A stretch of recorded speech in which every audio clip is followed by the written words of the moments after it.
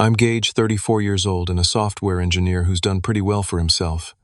My relationship with my sister Karen and Mom has always been tense, especially around money.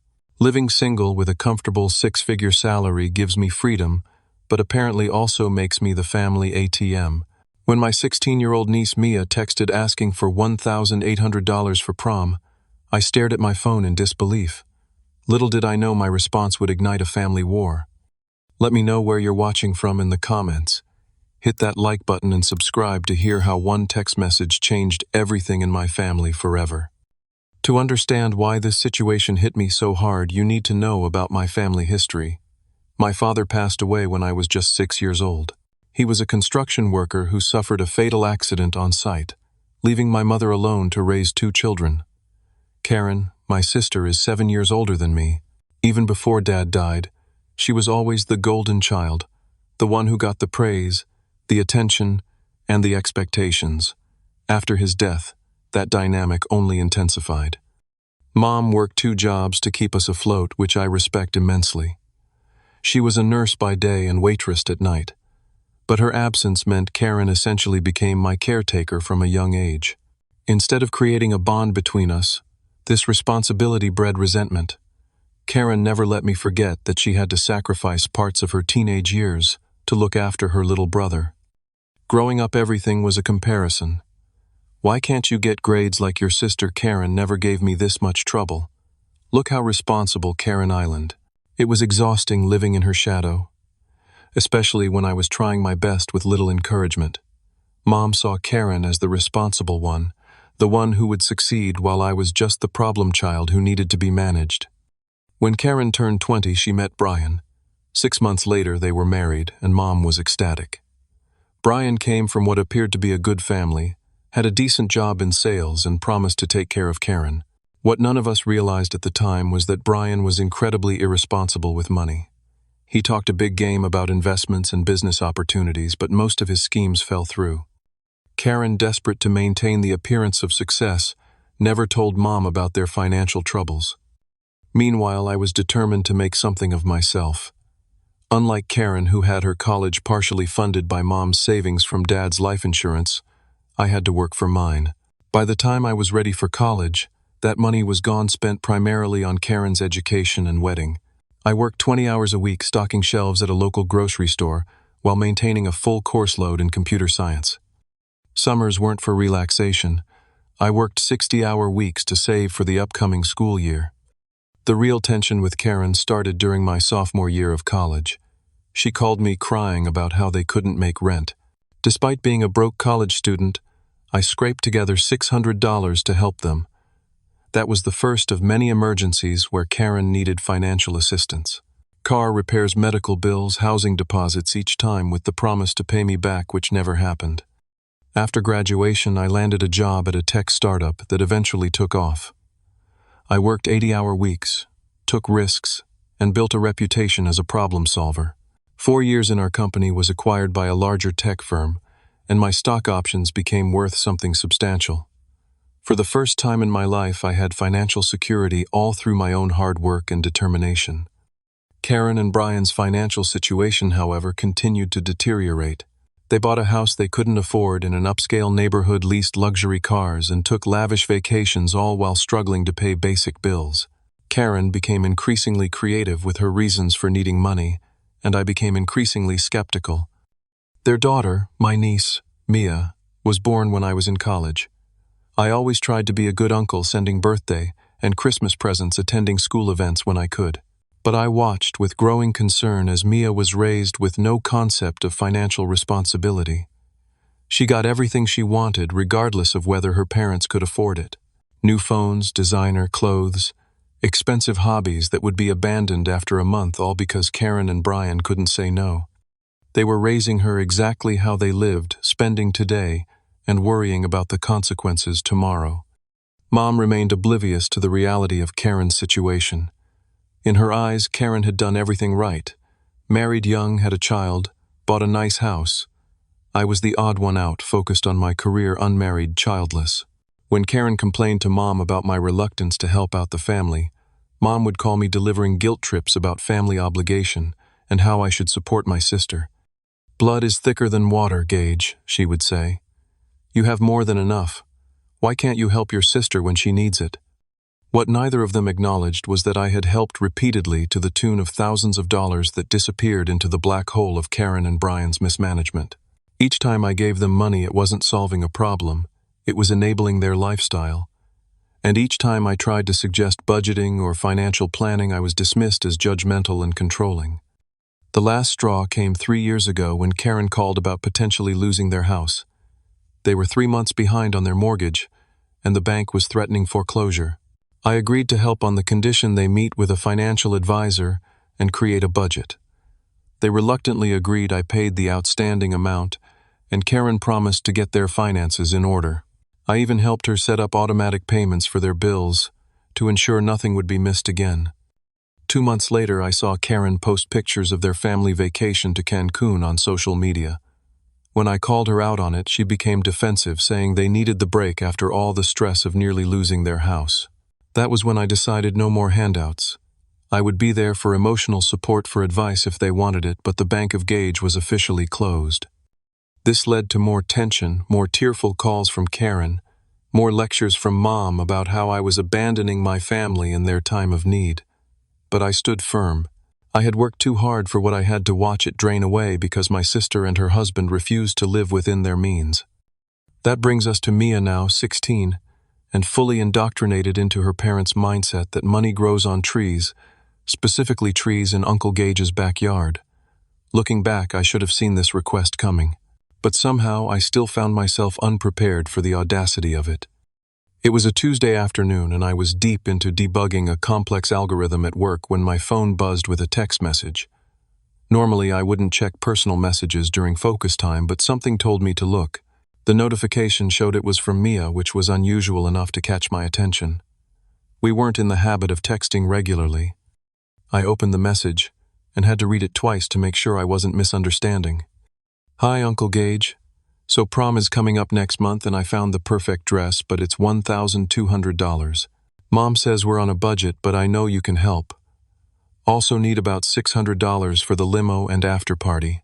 Can you send the money this week? Thanks so much, love you. No, how are you?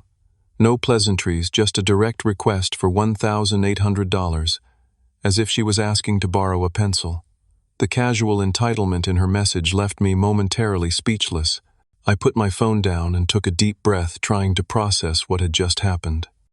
My mind flashed back to my own senior prom 12 years ago. I had saved for months from my grocery store job to afford a second-hand tuxedo rental and to chip in for a shared limo with 5 other guys. My date and I went Dutch on dinner at a moderately priced restaurant before the dance. The entire night cost me about $300, which was still a significant amount for me at the time, but I had earned every penny myself. Now here was Mia asking for 6 times that amount without a second thought. The dress alone cost more than 4 times what I had spent on my entire prom experience.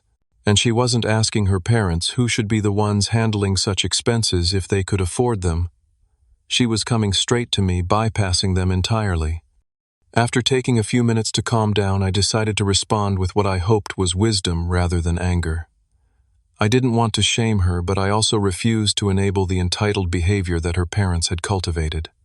"Mia, I appreciate you thinking of me, but I think this is a great opportunity for you to learn something valuable.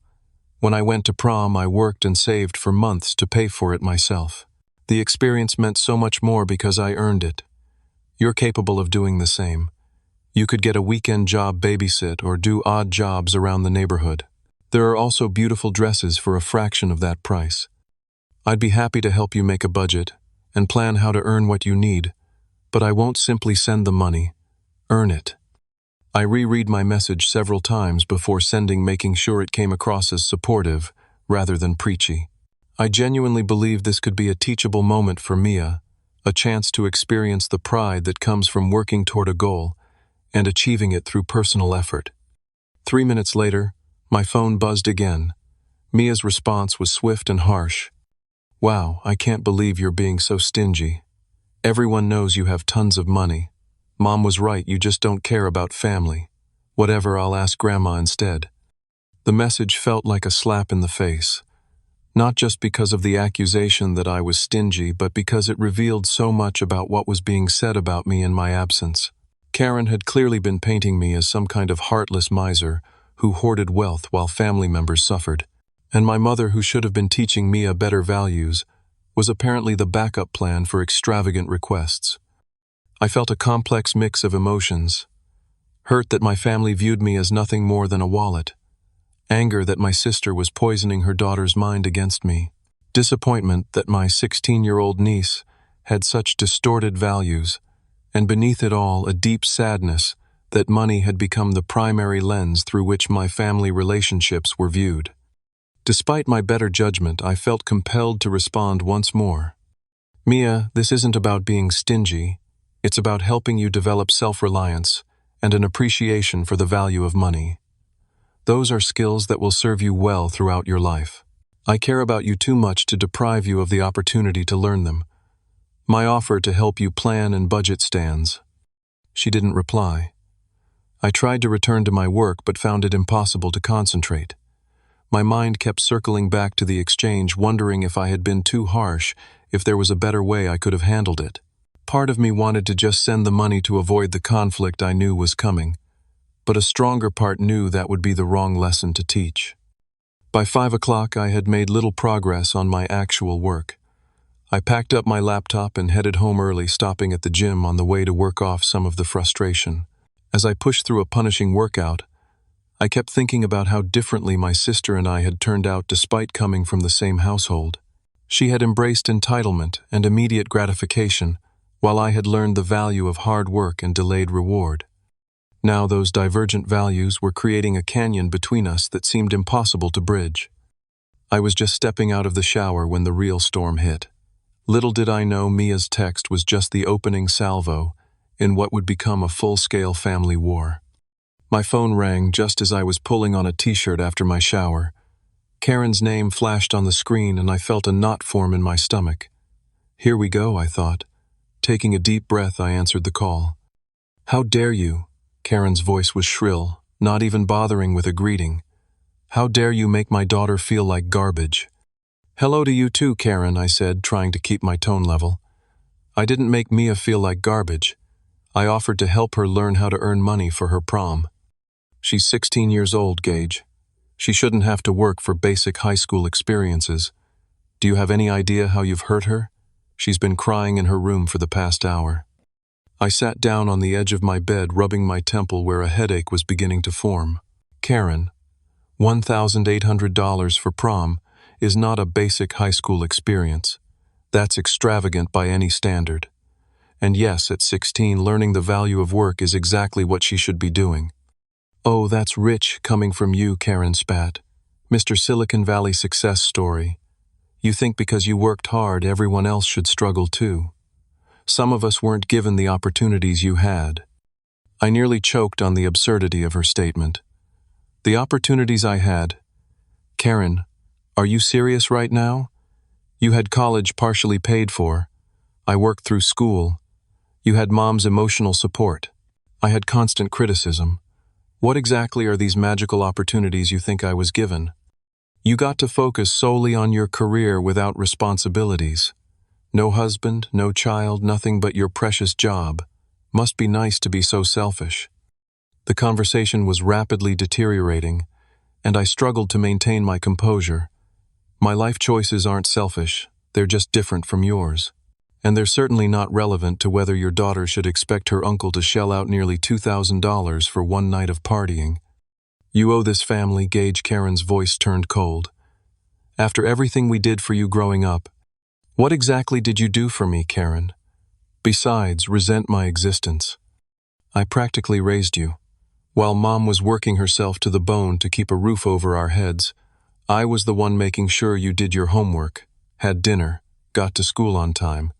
I gave up my teenage years for you. And I'm grateful for that, I said, genuinely meaning it. But that doesn't entitle you to unlimited access to my bank account forever. Especially not for something as unnecessary as an obscenely expensive prom dress. Karen was quiet for a moment, and when she spoke again, her voice had that manipulative sweetness that I'd come to recognize as a warning sign. Look, Gage, Mia has her heart set on this dress. All her friends are going all out for prom. I don't want her to feel left out. Can't you just do this one thing for her? For me? For family? I've done many one things for you over the years, Karen. Thousands of dollars worth of one things that were never repaid or even acknowledged, but this isn't about the money. It's about the principle. Mia needs to learn that money doesn't just appear on demand. Pay or you're cut off. Karen's voice turned cold again, all pretense of sweetness gone. I mean it, Gage. If you don't send the money by tomorrow, don't expect to be part of this family anymore. The threat hit like a physical blow. Despite our differences, despite the tension and resentment, they were still my family. The thought of being cut off completely left a hollow feeling in my chest. Are you seriously threatening to disown me over a prom dress? I asked, my voice quiet. This isn't about the dress. This is about years of you looking down on us, judging our choices, acting like you're better than everyone. The dress is just the last straw. Before I could respond, Karen hung up. I sat there, phone in hand, feeling like I'd been hit by a truck. The unfairness of her accusations stung. But what hurt more was the realization that this was how my sister truly saw me, not as someone who had worked hard to overcome obstacles, but as someone who had been given advantages and now lorded to them over everyone else. I barely had time to process the conversation with Karen when my phone rang again. This time it was my mother. I briefly considered not answering, but knew that would only make things worse. Gage, what is this I hear about you? Refusing to help Mia with her prom.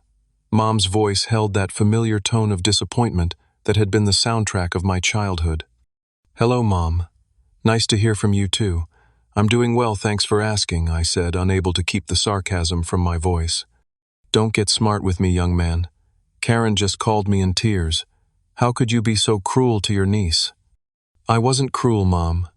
Mia asked me for $1,800 for prom. I told her that was excessive and offered to help her learn how to earn money and budget instead.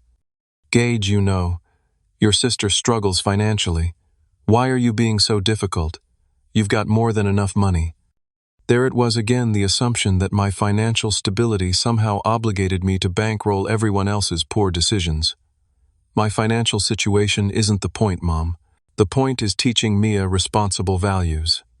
Don't lecture me about values, Gage. I raised you both with good values. Karen is doing her best as a mother, and if you had children of your own, you'd understand how important it is to give them the best experiences possible. Even when those experiences cost nearly $2,000 that her parents can't afford, how is teaching her to spend beyond her means a good value? It's her senior prom, Gage. It's a once-in-a-lifetime event. Every girl deserves to feel special. I took a deep breath, trying a different approach.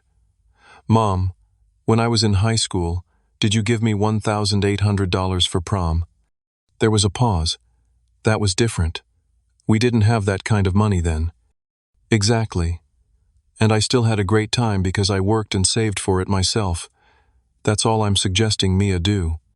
You always were stubborn, Mom sighed. Just like your father. He never understood the importance of family either. The comparison to my father, especially framed as a criticism, ignited a spark of anger. Dad worked himself to death, providing for this family. Don't you dare suggest he didn't understand family importance. Well, you're certainly following in his footsteps, working all the time, no wife, no children, and now pushing away the family you do have over money. This isn't about money, I was nearly shouting now. This is about responsibility and reasonable expectations. Why am I the bad guy for not wanting to spoil Mia rotten? Because you're being selfish, Gage. Plain and simple. Karen is right, you've changed. Success has made you forget where you came from and who was there for you. If you can't do this small thing for your niece, then maybe you aren't the son I thought I raised. The call ended with my mother's disappointment hanging heavy in the air. I tossed my phone onto the bed and paced my apartment, a mixture of rage and hurt churning inside me. How had I become the villain in this story? When did having boundaries and promoting responsibility become character flaws? The worst part was the seed of doubt their words had planted. Was I being unreasonable? Had success changed me? Was I being stingy just to prove a point? No, I decided. This wasn't about the money. It never had been. This was about principles, about teaching values that would serve Mia well in life. If that made me the bad guy in my family's eyes, then so be it. Sometimes doing the right thing meant being misunderstood. What I didn't realize then was that the situation was about to get much more complicated, and the true nature of my family's financial entanglement with me was about to be revealed. After those explosive phone calls, I couldn't settle. My apartment felt too quiet, too empty, a stark contrast to the emotional chaos swirling inside me. I poured myself a glass of bourbon neat and sat at my kitchen counter, replaying the conversations in my head. Karen's threat of cutting me off from the family echoed painfully. Despite our differences, I'd always held on to the hope that someday we might repair our relationship. Now that possibility seemed to be slipping away over a prom dress of all things. As I sipped my drink, something Karen had said during one of our previous financial emergencies resurfaced in my memory. About 3 years ago, when she called about potentially losing their house, she'd mentioned something specific about their mortgage payment, a figure that had seemed oddly high, even for their upscale neighborhood, $2,200 monthly. Why was that figure suddenly bothering me? I pulled out my laptop and logged into my bank account, something tugging at the back of my mind. I rarely scrutinized my recurring payments, trusting in the automatic systems I'd set up to manage my finances. Most of my bills were fairly consistent, and I had enough buffer in my accounts that small fluctuations never caused problems. I navigated to the recurring payments section and scrolled through the list: internet utilities, subscriptions, charitable donations, retirement contributions, and then I saw it. A monthly payment of $2,200 to Homestead Mortgage Services scheduled to withdraw on the first of every month for the past 3 years. I stared at the screen, confusion giving way to dawning horror. I had no mortgage. I owned my condo outright, having paid cash for it after the company acquisition. This wasn't my payment, it was Karen's. With shaking hands, I pulled up the payment history. 36 payments of $2,200 each, totaling $79,200 over 3 years. Money that had been silently flowing from my account to pay for my sister's mortgage without my knowledge or consent. The memory came back in full force now. 3 years ago, when Karen and Brian were facing foreclosure, I had helped them set up automatic payments to ensure they wouldn't miss another mortgage payment. Karen had been at my place looking over my shoulder as I logged into my accounts and showed her how to set up recurring payments. She must have somehow added her mortgage to my payment list when I wasn't looking, or perhaps afterward using my saved login. The betrayal cut deep. This wasn't a one-time request for help or even occasional financial assistance. This was systematic theft, month after month, year after year, without my knowledge. And all the while, Karen had continued to ask for additional money for emergencies, knowing full well she was already taking thousands from me monthly. I dug deeper, pulling up my credit card statements from the past few years. Sure enough, there were charges I didn't recognize, mostly from department stores, spas, and restaurants in Karen's area. She had added herself as an authorized user on one of my credit cards, probably during that same visit, and had been using it sparingly enough that the charges blended in with my regular expenses. The total financial damage was staggering. Between the mortgage payments and credit card charges, Karen had taken well over $80,000 from me over the past 3 years. No wonder she could afford lavish vacations and luxury items while claiming financial hardship. She had been supplementing their lifestyle with my money all along. And now she had the audacity to demand $1,800 for Mia's prom, threatening to cut me off from the family if I refused. The irony would have been laughable if it wasn't so painful. I spent the next hour compiling evidence, taking screenshots, making notes of dates and amounts. Part of me wanted to call Karen immediately and confront her with what I'd discovered, but I knew that conversation would be better had when I wasn't burning with fresh anger. Instead, I called my bank's 24-hour service line. After verifying my identity, I explained the situation to the representative, who was appropriately horrified. She helped me cancel the recurring mortgage payment immediately and flagged my account for suspicious activity. She also helped me report the unauthorized credit card use and initiate the process to get a new card issued with a different number. "Sir, you may want to consider filing a police report," the representative suggested gently. "This is financial fraud." The thought of filing charges against my own sister made my stomach churn despite her betrayal. "I'll consider it," I said, knowing I probably wouldn't follow through. Despite everything, she was still family, and the thought of Karen potentially facing legal consequences was more than I could bear. After hanging up with the bank, I sat in stunned silence, trying to process the magnitude of what had happened. The sense of violation was profound. This wasn't just about money, it was about trust, about taking advantage of someone who had already given so much. I thought about all the times Karen had guilted me for not helping enough, for being stingy with my extra money, all while secretly draining my accounts to fund the lifestyle she felt entitled to. The audacity was breathtaking. I thought about my mother too, her unwavering support of Karen, her constant criticism of my life choices. Did she know about this arrangement? Was she complicit in the deception, or just another victim of Karen's manipulative behavior? As the night wore on, my shock and hurt began to crystallize into resolve. This had to stop, not just the financial drain, but the entire dysfunctional dynamic. For too long I had allowed myself to be manipulated, guilted, and now stolen from all in the name of family obligation. By the time I finally went to bed, it was nearly 2 a.m. I had canceled the mortgage autopay, reported the fraudulent credit card use, changed all my financial passwords, and set up additional security measures on my accounts. The immediate bleeding had been stopped. What I hadn't decided yet was how to confront Karen and the rest of my family with what I'd discovered. That would require a level of emotional preparation I wasn't capable of in my current state. For now, I had done what was necessary to protect myself financially. The emotional reckoning would have to wait until morning.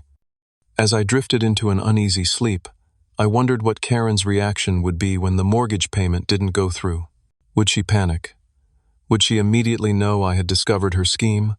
Or would she try to maintain the charade, perhaps coming up with another emergency to explain why she suddenly needed $2,200? One thing was certain: by 8 o'clock the next morning, the carefully constructed house of cards that Karen had built on my unwitting financial support was going to come crashing down. And despite everything, a small, vindictive part of me was looking forward to it. I barely slept that night. My mind kept churning with thoughts of betrayal, anger, and the upcoming confrontation. When my alarm went off at 6:30, I had already been staring at the ceiling for an hour, rehearsing what I would say when the inevitable call came. I went through my morning routine, mechanically brewing coffee stronger than usual, knowing I would need the extra caffeine to get through what promised to be an exhausting day. I considered calling in sick to work, but decided against it. The structure and distraction of my job might be the only thing keeping me sane today. At exactly 8:05, as I was walking into my office building, my phone rang. Karen's name flashed on the screen right on cue. I took a deep breath and answered. Gage Karen's voice was frantic, bordering on hysterical. "Something's wrong with our mortgage payment. The bank just called and said it was declined. Our payment is late, and they're threatening late fees. I don't understand what happened." I remained silent for a moment, letting her panic hang in the air. "I canceled the automatic payment last night." I finally said, my voice calm and controlled. "You? What?" The confusion in her voice quickly turned to anger. "Why would you do that? You know we need that payment to go through." "Yes, Karen, I know. What I'm curious about is why you thought it was appropriate to set up your mortgage to be paid from my account without my knowledge or consent for the past 3 years. The line went silent. I could almost hear her mind racing, trying to formulate an explanation or excuse. I don't know what you're talking about," she stammered, but her voice lacked conviction. "Don't insult my intelligence, Karen. I have the bank records, 36 payments of $2,200 each. That's $79,200 you've stolen from me, not to mention the unauthorized charges on my credit card." Another long pause. Then her voice shifted from defensive to pleading. "Gage, you don't understand. We were desperate. After you helped us with the foreclosure, things were still tight. It was just supposed to be temporary until Brian's commission structure improved. We were going to pay you back, I swear." "When, Karen? When were you going to pay me back? After taking vacations to Cancun, After buying new cars, after spending hundreds on clothes and spa days using my credit card, you've been living beyond your means on my dime for years, and Balfour, all the while making me feel guilty for not helping enough. Please, Gage. Her voice cracked, tears evident now. We can't lose the house. The payment is already late. The bank will charge fees. It will affect our credit score. Can't you just let this one payment go through while we figure something out? The manipulation was so transparent it was almost painful. After being caught stealing tens of thousands of dollars, her concern was still for the immediate problem, not the massive breach of trust. No, Karen. Not this time. The Bank of Gage is permanently closed. You can't do this to us. Her tone shifted abruptly from pleading to threatening. What about Mia? Do you want your niece to be homeless? Is that what you want? Don't you dare use Mia as a shield, Karen. You did this, not me. You and Brian created this situation with your dishonesty and financial irresponsibility. And now you're facing the consequences. Mom was right about you, Karen spat. You don't care about anyone but yourself. You're heartless. Interesting perspective, from someone who's been secretly stealing from me for years. The call ended with Karen sobbing and cursing me. I stood outside my office building, hands shaking slightly as I pocketed my phone. Despite my outward composure during the call, the confrontation had left me emotionally raw. I had barely made it to my desk when my phone rang again. This time it was Brian. I braced myself and answered. What the hell is your problem, man? Brian's voice was aggressive, accusatory. Karen is devastated. How could you pull the rug out from under us like this? Hello, Brian. Nice of you to join the conversation. Tell me, were you aware that your mortgage has been coming out of my account for the past 3 years? There was a brief hesitation. Look, that was Karen's idea, not mine. I told her it wasn't right, but we were in a tough spot. The ease with which he threw his wife under the bus told me everything I needed to know about Brian's character, and yet you were happy to benefit from it. To live in a house you couldn't afford, drive cars beyond your means, take vacations you didn't earn. That's not fair, man. I work hard. So do millions of people who live within their means, Brian. Working hard doesn't entitle you to steal. His tone changed, becoming conciliatory. Look, Gage, I get that you're upset. You have every right to be. But we're talking about your sister, your niece, family. Can't we work something out? Maybe we pay you back a little each month. You've had 3 years to work something out, Brian. 3 years of knowing you were taking my money without permission. Why should I believe anything would change now? Because we're desperate, man. The bank is going to come after us. We could lose everything. Then I suggest you start looking for a more affordable place to live, get rid of the least luxury cars, and learn to budget like the rest of us. Your financial problems are not my responsibility. Brian continued to alternate between threats, guilt trips, and pleas for the next 10 minutes, but I remained firm. By the time I hung up, I felt emotionally drained but resolute. For the first time in years, I wasn't giving in to their manipulation. I had barely gotten back to work when my phone rang a third time. My mother. I considered letting it go to voicemail, but knew that would only postpone the inevitable. How could you do this? To your sister? Mom's voice was shaking with anger. She called me hysterical, saying you're trying to make them homeless out of spite. Did she happen to mention that she's been stealing from me for the past 3 years, Mom? That she set up her mortgage to be paid from my account, without my knowledge or permission? There was a pause. What are you talking about? Either Mom was genuinely in the dark, or she was a better actor than I gave her credit for. I explained the situation in detail, including the unauthorized credit card charges and the total amount Karen had taken from me over the years. That can't be right, Mom said, but her voice had lost some of its certainty. Karen wouldn't do something like that. I have the bank records, Mom. 36 payments of $2,200 each, plus thousands in credit card charges. This isn't a misunderstanding or an accident. This was deliberate and sustained financial fraud. Mom was quiet for a long moment. Even if what you're saying is true, you can't just cut them off without warning. They have a child, Gage, your niece.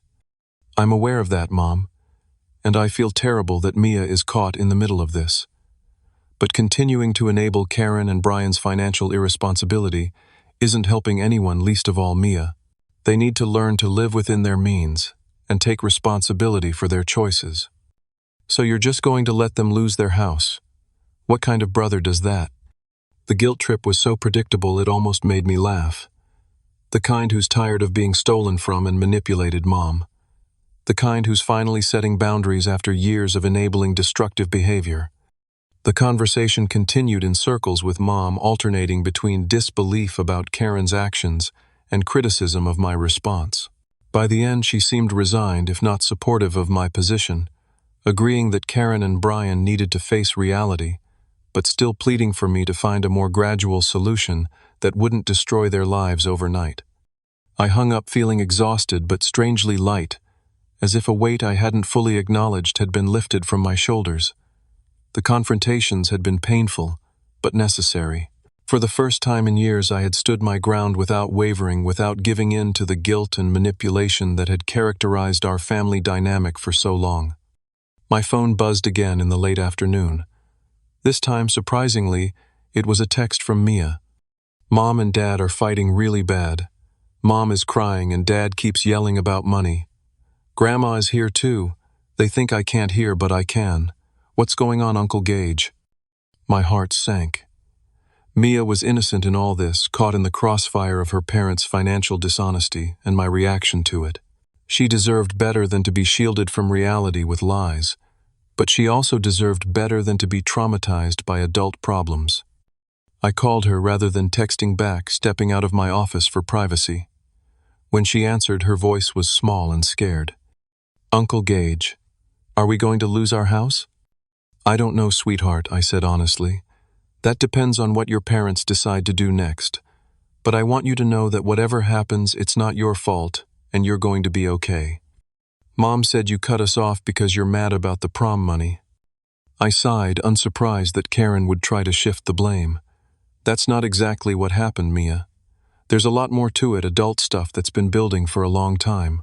But I want you to know that I love you, and I'm not angry at you. Then why won't you help us? Don't you care if we're homeless? The question cut deep, but I knew I had to be truthful without burdening her with the full, ugly reality. I care very much, Mia. But sometimes helping means letting people solve their own problems, even when it's hard. Your parents have options, they just might not be the easy ones they want. We talked for nearly 20 minutes. I didn't trash her parents, but I was honest about the importance of financial responsibility and living within one's means. I explained how working for things gives them more value than having them handed to you. By the end of the call, Mia seemed calmer, though still confused and worried. If you want to talk about prom again, I meant what I said before I told her before we hung up. I'd be happy to help you figure out how to earn money for a dress you love. Not $1,200, but something beautiful that you can be proud you worked for. I'll think about it, she said, her voice thoughtful rather than dismissive. As I ended the call, I felt a mix of emotions. Guilt that Mia was caught in this mess, anger at Karen and Brian for their deception, exhaustion from the emotional toll of the day. But beneath it all was a quiet certainty that despite the pain and conflict, I had done the right thing. For the first time in years, I was refusing to be the enabler, the safety net, the silent victim of my family's dysfunction. The reckoning had only just begun, but already I could feel something shifting both within me and within the toxic family dynamic that had persisted for too long.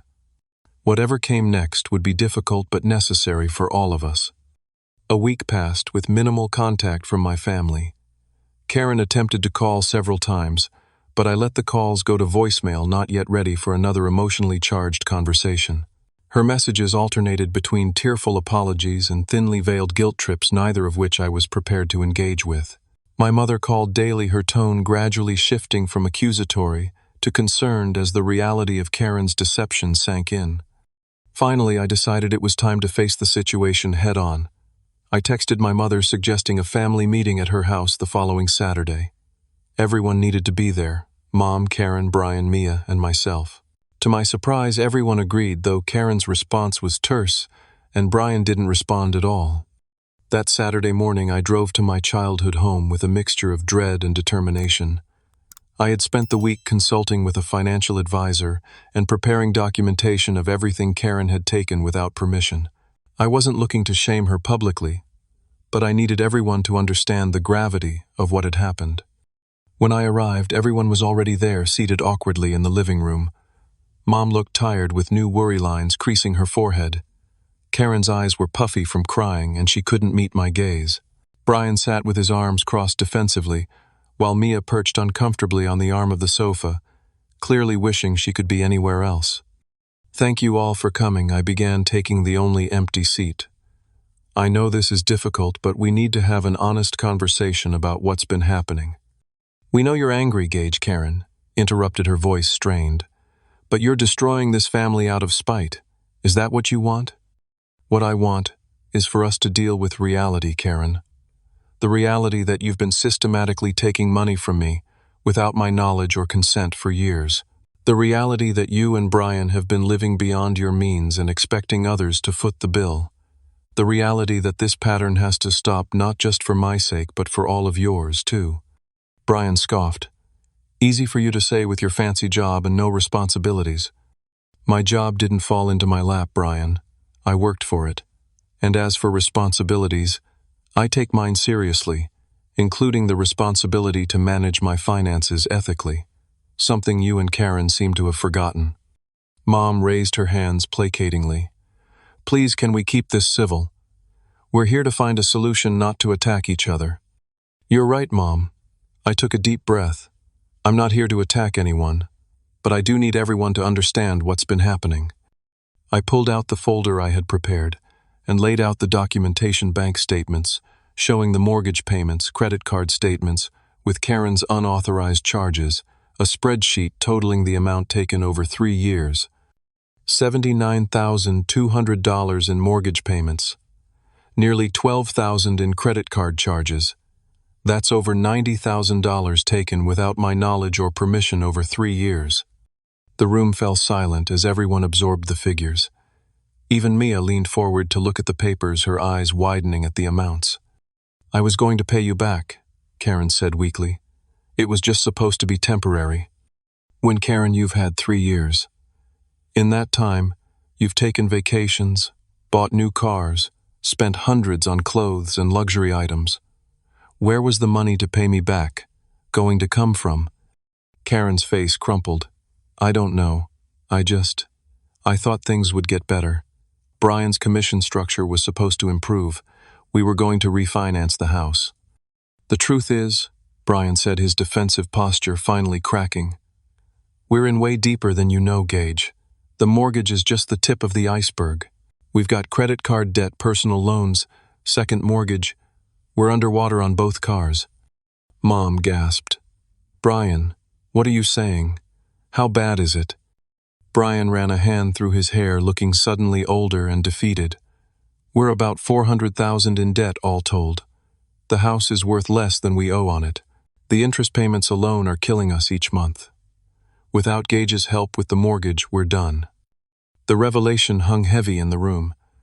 $400,000 was a staggering amount, far worse than I had imagined. "How did it get this bad?" Mom asked, her voice barely above a whisper. Karen and Brian exchanged glances. "It just happened," Karen said, "a little at a time. A new car because Brian needed to impress clients. Home renovations because the neighbors were all upgrading. Vacations because we deserved a break from the stress. Clothes and activities for Mia because we didn't want her to feel different from her friends. And every time we got in deeper," Brian added, "we told ourselves it was temporary, that things would turn around, that next month, next year would be better." I looked at Mia, who was listening intently, her expression a mixture of confusion and dawning understanding. "This is why I responded the way I did about the prom money, Mia," I said gently. "It wasn't about being stingy. It was about trying to break this cycle of spending money that isn't there." Mia nodded slowly. "I get it now, I think. Mom and Dad have been pretending we're richer than we are." "That's a pretty accurate assessment," I said. "And it's a dangerous game to play because eventually reality catches up." "So what now?" Mom asked, looking between Karen, Brian, and me. "What happens next?" I took a deep breath. That depends on Karen and Brian. I'm willing to help, but not unconditionally, and not by enabling the same patterns that got us here. What kind of help? Karen asked cautiously. First, you need professional financial counseling. I've spoken with a financial advisor who specializes in debt management and recovery. She's willing to work with you to create a realistic plan. We can't afford a financial advisor, Brian objected. I'll cover the cost, I said, but only if you commit to following the plan she creates. That means full financial transparency, strict budgeting, and significant lifestyle changes. What kind of lifestyle changes? Karen asked, her voice small. For starters, you'll need to sell the house. It's too expensive for your income even without the underwater mortgage. You'll need to downsize significantly. The leased luxury cars will have to go to replaced with reliable used vehicles you can actually afford.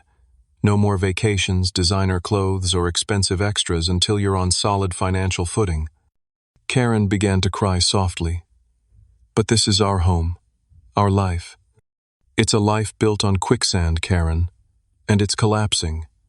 You can either make controlled changes now, or face forced changes when everything falls apart completely. Brian, surprisingly, was the first to nod. He's right, Karen. We can't keep doing this. We're one missed payment away from disaster, and now we know Gage isn't going to keep covering for us. What about Mia? Karen asked. How will this affect her? I turned to my niece. Mia, this will mean changes for you too. A new house, probably a new school, less expensive clothes and activities. But it also means learning valuable life skills about financial responsibility that will serve you well forever. Mia's eyes were bright, with unshed tears, but she nodded bravely. If it means not being homeless, I guess I can deal. You'll do more than deal, I assured her. You'll thrive, and I'll help you. That offer to help you earn money for a reasonable prom dress still stands. And I'd be happy to help you learn about saving, investing, and building real financial security. Mom had been quiet, taking everything in. Now she spoke up. I had no idea things were this bad. I feel partly responsible. I've been so focused on the appearances, on seeing you all living what looked like a successful life. I never questioned how you were affording it all. We're all responsible in different ways, I said. Me included. I should have set firmer boundaries years ago instead of enabling the situation. But now we have a chance to fix things, to build something healthier. The conversation continued for hours. There were more tears, more revelations, more hard truths. But by the end, a plan was beginning to take shape. Karen and Brian agreed to meet with the financial advisor. Mom offered her spare bedroom for Mia if things got really tight temporarily. And I committed to providing structured conditional help that would support their recovery without enabling further irresponsibility. As difficult as the conversation had been, I felt a weight lifting. For the first time in years, we were dealing with reality rather than living in denial.